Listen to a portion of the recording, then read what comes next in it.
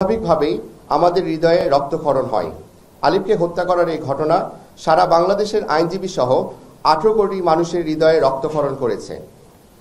আমরা গভীর উদ্বেগের সাথে লক্ষ্য করছি, বিগত জুলাই আগস্ট 2024-এর ছাত্র আন্দোলন গণ আন্দোলনের মুখে ফ্যাসিবাদী সরকার পতনের পর ফ্যাসিস্ট মতাদর্শে বিশ্বাসীরা দেশি বিদেশি দোসরদের নিয়ে দেশবিরোধী ষড়যন্ত্রে লিপ্ত হয়েছে।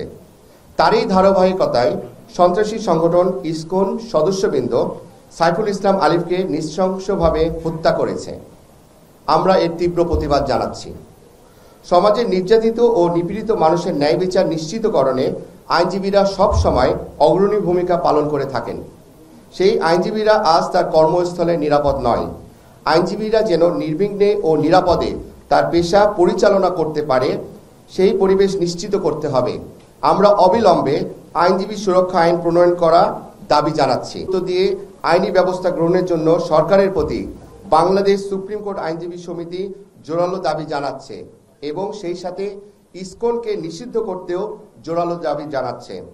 আমরা মরহুমের শোক সমস্ত পরিবারের সদস্যদের প্রতি গভীর সমবেদনা জানাচ্ছি। সবাইকে ধন্যবাদ, আইনজীবী ভাইদেরকে ধন্যবাদ, সাংবাদিক বন্ধুদেরকে ধন্যবাদ। আমরা প্রথমত আমরা হচ্ছে সুপ্রিম কোর্ট আইনজীবী সমিতি, আর বার কাউন্সিলটা আলাদা অর্গানাইজেশন যেখান থেকে হচ্ছে আইনজীবীদেরকে সনদ দেওয়া হয়। আমি গতকালকে অ্যাটর্নি মহোদয়ের সাথে কথা বলেছি, বার কাউন্সিল থেকে তারা তাদের ভূমিকা পালন করবে।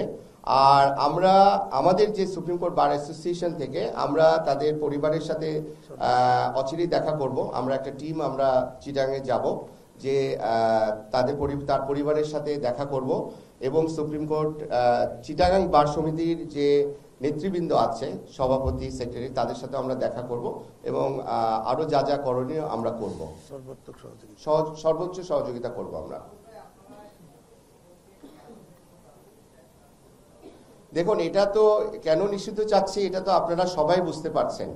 এখানে ইসকন যে শুধুমাত্র উগ্রবাদী কাজ করছে তা না, ইসকনকেও ব্যবহার করে দেখা যাচ্ছে যে দোসর যারা আছে, ফ্যাসিস্ট যারা আছে, তারাও কিন্তু এটার সাথে যুক্ত হয়ে ইসকনের নাম ব্যবহার